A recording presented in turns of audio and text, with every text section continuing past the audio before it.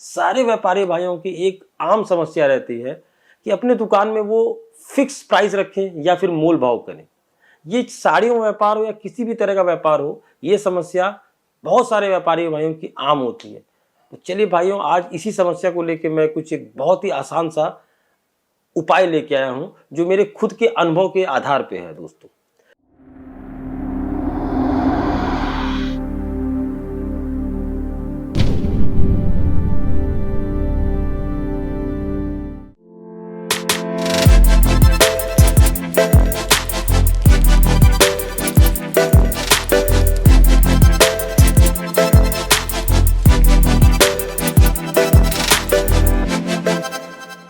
नमस्कार साथियों, मैं आपका दोस्त पुनीत शर्मा फिर से आपका दिल से हार्दिक स्वागत करता हूँ आपके अपने YouTube चैनल अंकलेश्वर सिल्क मिल में। और साथियों, आशा करता हूँ जहाँ भी होंगे कुशल मंगल होंगे। साथियों, आज मैं आपके सामने एक बहुत ही खास टॉपिक लेके आया हूँ। सारे व्यापारी भाइयों की एक आम समस्या रहती है कि अपने दुकान में वो फिक्स प्राइस रखें या फिर मोल भाव करें।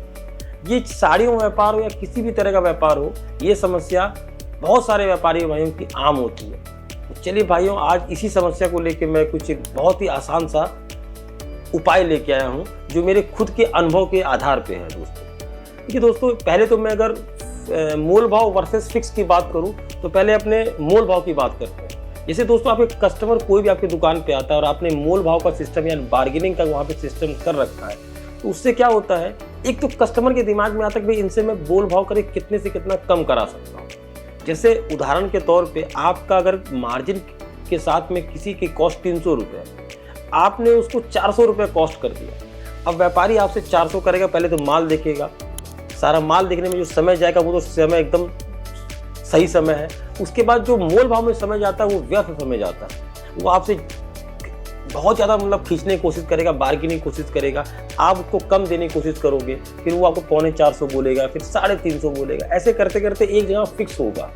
पर उससे वो अगर ज़्यादा से ज़्यादा मार्जिन भी आपसे ले लिया या आपने उससे ज़्यादा मार्जिन ले लिया, पर वो सामने वाले कस्टमर के दिमाग में यही सवाल रहेगा कि भैया इतना डिस्काउंट करने के बाद भी अगर वो अपने को माल दे रहा है, इसका मतलब तो भी ये मार्जिन लेके ही माल दे रहा है। उसके दिमाग में हमेशा रहेगा कि आप उससे ज़्यादा मार्जिन लेके ही माल बेच रहे हैं। ये हमेशा उसके दिमाग में रहेगा। आप कितना भी अच्छा उसको माल दे दो, कितना भी कम मार्जिन पे उसको माल दे दो अपने कस्टमर को, पर उसके जहन में ये दिमाग से कभी भी बात नहीं जाएगी। और दूसरा क्या होता है, मान लीजिए एक कस्टमर से आप बार्गेनिंग कर रहे हैं, बाजू में उसके दूसरा कस्टमर बैठा है, उसको भी सेम आइटम पसंद आ रहा है, तो उसका क्या होगा कि जो वो बार्गेनिंग करके जो जिस रेट में वो माल परचेज करा, बगल में बिना बार्गेनिंग के भी आपको उसी रेट में माल देना पड़ेगा।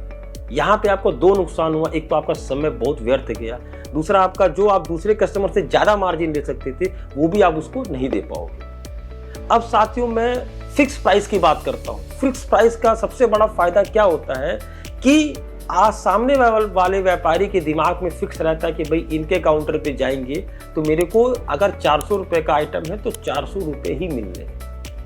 और आप अपना जितना भी समय होगा, जितनी भी अपनी एनर्जी होगी, सारा आप उसको माल दिखाने में, अपने सैंपल दिखाने में आप स्ट्रेंथ लगा सकते हो। बार्गेनिंग का कोई सिस्टम नहीं रहेगा। लेकिन यहाँ पे मैं आपको छोटी बात बोलना चाहता हूँ। कहने के लिए बहुत छोटी बात है, पर बहुत ये बड़ी बात है कि आप अपना मिनिमम मार्जिन रखना पड़ेगा। क्योंकि दोस्तों, इस समय जो कोई भी व्यापार का जो मार्केट है वो बहुत बड़ा हो चुका है। हर आदमी के घर पे चीज़ें लोगों को मिल रही हैं, मोबाइल पे हर चीज़ों का रेट मिल रहा है, हर चीज़ के फैब्रिक की जानकारी लोगों को घर बैठे मिल रही है। तो अगर आप ज़्यादा मार्जिन लेके फिक्स प्राइस की पॉलिसी से दुकानदारी करोगे तो साथियों, मुझे माफ़ करना, ये दुकानदारी आपकी बहुत ज़्यादा दिन तक नहीं चलने वाली है। आपको एक मिनिमम मार्जिन के साथ और अच्छी क्वालिटी के साथ अगर आप व्यापार करते हो फिक्स रेट पॉलिसी में, तो आपका व्यापार बहुत ही जल्दी तरक्की करेगा, ये मेरा विश्वास है दोस्तों। और दूसरा इसका फायदा ये मिलेगा कि आपके अगर गद्दी पे एक कस्टमर के बाजू में 2-3 कस्टमर और बैठे हुए हैं और वो सेम माल पसंद कर रहे हैं, तो वो भी उसी रेट में आपसे माल लेके जाएंगे।